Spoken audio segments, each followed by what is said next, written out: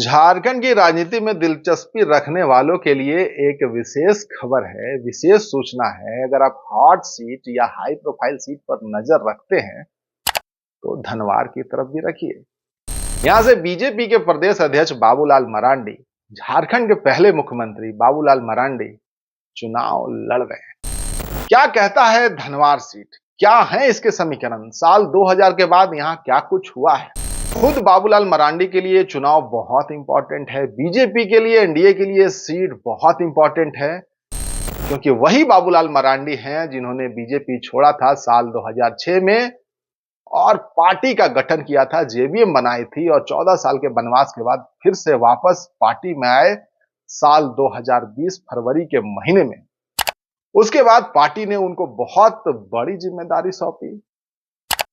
चुनाव से पहले प्रदेश अध्यक्ष की जिम्मेदारी सौंपी गई और कई मायने में उनका कद जो है भारतीय जनता पार्टी में झारखंड के लिए बहुत बढ़ गया।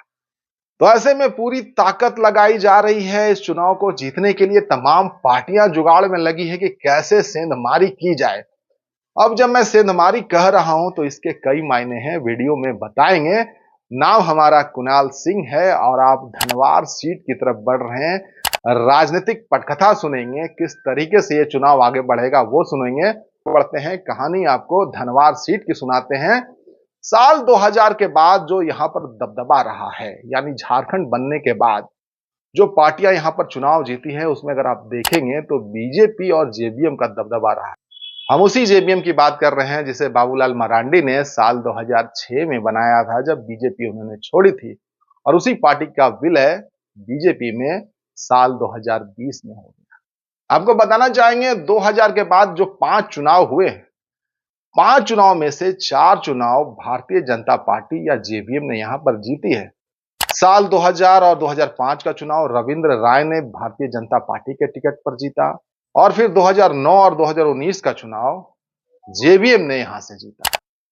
साल 2014 में सीपीआई-एमएल के राजकुमार यादव यहां से चुनाव जीते। तो 4 बार यहां से बीजेपी और जेवीएम चुनाव जीत चुकी है। एक बार दांव लगा है सीपीआई-एमएल को। आपको बताना चाहेंगे झारखंड विधानसभा चुनाव 2 चरणों में संपन्न हो रहे हैं। 13 नवंबर को पहले चरण का 43 सीटों पर चुनाव हुआ। उसके बाद 20 तारीख को यानी परसों जो चुनाव होना है उसमें 38 सीटों पर चुनाव होंगे और उसमें धनवार सीट भी शामिल है। 2019 की बात कर लें, पिछली चुनाव बहुत जरूरी है बताना। वहां से जो चुनाव जीते थे, वर्तमान में चुनाव लड़ रहे भारतीय जनता पार्टी से बाबूलाल मरांडी चुनावी मैदान में हैं। उस वक्त वो चुनाव जीते थे झारखंड विकास मोर्चा से, जो उनकी पार्टी थी। इस बार उनको टक्कर देने के लिए झारखंड मुक्ति मोर्चा से निजामुद्दीन अंसारी हैं और सीपीआई-एमएल से जो लगातार चुनाव लड़ते आए हैं राजकुमार यादव भी चुनावी मैदान में। 23 लोग इस चुनावी मैदान में अपनी किस्मत आजमाएंगे। इसमें एक कड़ी जो बहुत ही परेशान करने वाली कड़ी भारतीय जनता पार्टी के लिए थी, खुद बाबूलाल मरांडी के लिए थी। जो उनके सहयोगी थे निरंजन राय, उन्होंने निर्दलीय पर्चा भर दिया था। तो कई तरीके की बातें होने लगी थी, लेकिन आखिरकार निरंजन राय को मना लिया गया। कुनबे में वो वापस शामिल हो गए, यानी भारतीय जनता पार्टी का दामन फिर से थाम लिया और समर्थन फिर से दे दिया। तो एक तरीके से भारतीय जनता पार्टी के लिए, बाबूलाल मरांडी के लिए एक एडेड एडवांटेज मिल गया। और जहां तक राजनीतिक विशेषज्ञों का कहना है, झारखंड मुक्ति मोर्चा और सीपीआई-एमएल के चुनाव लड़ने की वजह से भारतीय जनता पार्टी को यहां पर फायदा मिलने की संभावना है। चुनावी आंकड़े कहते हैं कि जब जब जेएमएम और सीपीआई-एमएल चुनाव लड़ी है, जेएमएम को कम वोट मिले हैं सीपीआई-एमएल की अपेक्षा। तो इस चुनाव में क्या होता है ये देखने वाली बात हो। राजकुमार यादव के बारे में बताएं तो 2014 का चुनाव वो भी जीत चुके हैं। निजामुद्दीन अंसारी के बारे में बताएं, जो कि झारखंड मुक्ति मोर्चा से चुनाव लड़ रहे हैं, वो 2009 का चुनाव जीत चुके हैं। तो एक तरीके से इस चुनाव को अगर आप देखेंगे तो जो तीनों बड़े प्रत्याशी हैं, बाबूलाल मरांडी, निजामुद्दीन अंसारी और राजकुमार यादव, तीनों एक एक बार चुनाव जीत चुके हैं। जैसे मैंने आपको बताया, आंकड़ों के लिहाज से भी बताना जरूरी है। 2019 का चुनाव जब हुआ था, बाबूलाल मरांडी यहां से चुनाव जीते थे। भाजपा के लक्ष्मण प्रसाद सिंह को चुनाव तकरीबन 18,000 के मार्जिन से हराया था। तीसरे नंबर पर भाकपा माले के राजकुमार यादव रहे थे। चौथे नंबर पर इंडिपेंडेंट अनूप संथालिया रहे थे। पांचवें नंबर पर एआईएमएम के मोहम्मद दानिश और छठवें नंबर पर झारखंड मुक्ति मोर्चा से निजामुद्दीन अंसारी रहे थे। तो ये समीकरण 2019 का था।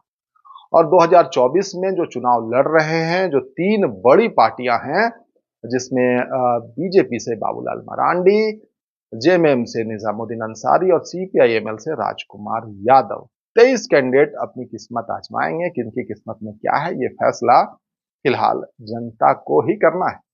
2019 चुनाव से ठीक पहले जो 2014 का चुनाव हुआ था, उसमें राजकुमार यादव विजयी रहे थे, सीपीआई माले के प्रत्याशी। उन्होंने बाबूलाल मरांडी को तकरीबन 10,000 वोटों से हराया था।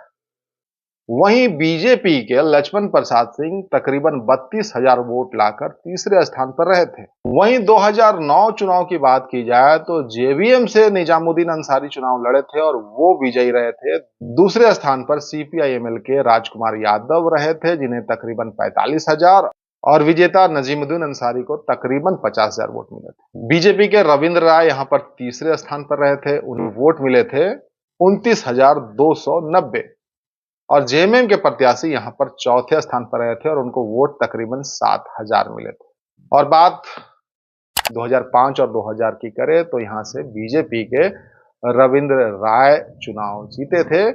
तो ये समीकरण बताता है कि साल 2000 से लेकर 2019 तक जो चुनाव हुए, वहां पर बीजेपी या जेवीएम का दबदबा रहा। इस बार 2024 का चुनाव जो हॉट सीट बन चुका है, हाई प्रोफाइल सीट बन चुका है, बाबूलाल मरांडी चुनाव लड़ रहे हैं। उस वजह से पूरे झारखंड की नजर है, पूरे प्रदेश की नजर है। बाबूलाल मरांडी, जिन्हें बीजेपी में बहुत बड़ी जिम्मेदारी दी गई थी, 14 साल के वनवास के बाद भारतीय जनता पार्टी में आए थे और कद और पद दोनों बढ़ा। अब सारी पार्टियां जनता के भरोसे हैं। समीकरण कुछ भी कहे, ये शर्तें तो जनता पर लागू होती हैं कि वो किन शर्तों पर वोट करते हैं। शर्त यानी जो वायदे हैं, जो बातें हैं, जो चुनावी घोषणाएं हैं, वो किस तरीके से लोगों को रिझाती हैं, उन्हें कौन सा कैंडिडेट पसंद आता है, कौन सा समीकरण उन्हें समझ में आता है, उसी आधार पर विजेता बनाए जाएंगे, मतदान किए जाएंगे। तो धनवार सीट पर 20 नवंबर को वोट डाले जाएंगे, जिसमें किस्मत का फैसला होगा भारतीय जनता पार्टी एनडीए के बड़े प्रत्याशी बाबूलाल मरांडी की किस्मत। तो बहुत बहुत धन्यवाद। झारखंड की राजनीति पर नजर रखिए, झारखंड चुनाव पर नजर रखिए, झारखंड के बड़े प्रत्याशियों पर नजर रखिए। सबकी किस्मत का फैसला 20 तारीख को हो जाना है। वो अंतिम चरण का चुनाव होगा। सरकार बनाने की प्रक्रिया में वो अंतिम चरण का चुनाव होगा। बहुत बहुत धन्यवाद, मिलेंगे।